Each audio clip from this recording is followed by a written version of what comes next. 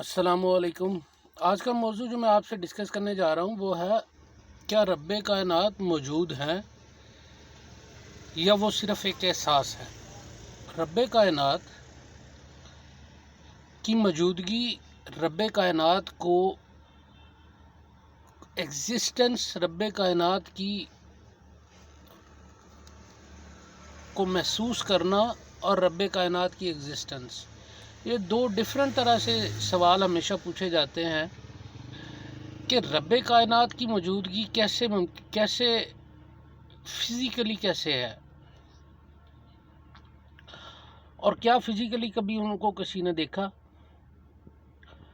तो हज़रत मूसा अलैहिस्सलाम से लेके अभी तक जो रब्बे कायनात के जितने भी मुशाहदात और जितने भी रब्बे कायनात के मुतल्लिक बातें सामने आई, वो सारी की सारी रब्बे कायनात के मुतल्लिक जितनी भी अहादीस मुबारका हैं हमारे प्यारे नबी हज़रत मोहम्मद मुस्तफ़ा सल्लल्लाहु अलैहि वसल्लम के ज़रिए से हमारे तक पहुँची, उन सब से ये ज़ाहिर होता है कि रब्बे कायनात जो है उनकी मौजूदगी है, लेकिन उनकी एग्जिस्टेंस किसी ने फ़िज़िकली मैयर नहीं की। फ़िज़िकली उस चीज़ को कोई बंदा विटनेस नहीं कर सकता। रब्बे कायनात की मौजूदगी एक एहसास का नाम है। रब्बे कायनात की मौजूदगी होना, रब्बे कायनात का होना, ये तो कुरान से वाज़िया है कि रब्बे कायनात का हाथ है, वो समात भी करते हैं, वो सुनते भी हैं, वो बोलते भी हैं, वो हुक्म भी देते हैं, वो अपने फरिश्तों के ज़रिए हुक्म देते हैं, वो समात भी करते हैं, वो सुनते भी हैं। उनका हाथ है, उनके हाथ पे जिन्होंने हुज़ूर पाक सल्लल्लाहु अलैहि वसल्लम के हाथ पे बैत की, उन्होंने रब्बे कायनात के हाथ पे बैत की।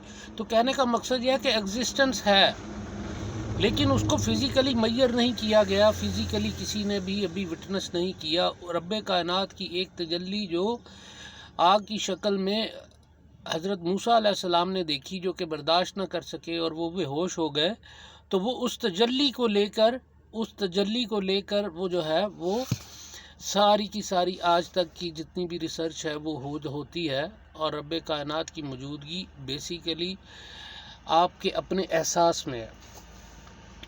क्या इतना बड़ा रहमान, इतना बड़ा रहीम, इतना बड़ा करीम, इतना बड़ा गफूर, इतना बड़ा रज़ाक, इतना बड़ा खालिक, इतना बड़ा मालिक, इतना बड़ा राज़िक इस दुनिया में कोई है जिसके पूरी की पूरी रब्बे कायनात ने, पूरी कायनात का खालिक, मालिक, राज़िक, सारी चीज़ों का, हर चीज़ का मालिक वो है। कोई चीज़ इस दुनिया में ऐसी नहीं है जो कि रब्बे कायनात के सामने सजदा रेज़ नहीं होती है। कोई चीज़ रब्बे कायनात की तस्बीह किए बगैर, कायनात का ज़र्रा ज़र्रा रब्बे कायनात की तस्बीह में और रब्बे कायनात की हम्द बयान करता है। तो रब्बे कायनात की मौजूदगी और रब्बे कायनात का इसके एग्जिस्टेंस, ये both are the relevant things, क्योंकि रब्बे कायनात मौजूद हैं। और रब्बे कायनात जो है वो, मैं अपनी ज़िंदगी के मुशाहदात में से आपको बताता हूँ कि रब्बे कायनात हर जगह पे मौजूद है। रब्बे कायनात, रब्बे काबा की कसम खा के कहता हूँ कि रब्बे कायनात को मैंने अपने रगे ज़िंदगी शारक से भी ज़्यादा करीब पाया है। और रब्बे कायनात को मैंने ऐसी बहुत सारी जगहों पे महसूस किया है जहाँ पे उसका महसूस करना मुझे खुद से अल्लाह पाक के करम और अल्लाह पाक की अता की वजह से रब्बे कायनात को मैंने महसूस किया है कि रब्बे कायनात का वजूद यहाँ पे था, यहाँ पे मौजूदगी थी। रब्बे कायनात हर जगह पे मौजूद है। ये वो एहसास है जो कि इंसान को एक ख़ास करम और एक ख़ास रहमत के बाद आपको महसूस होना शुरू हो जाता है।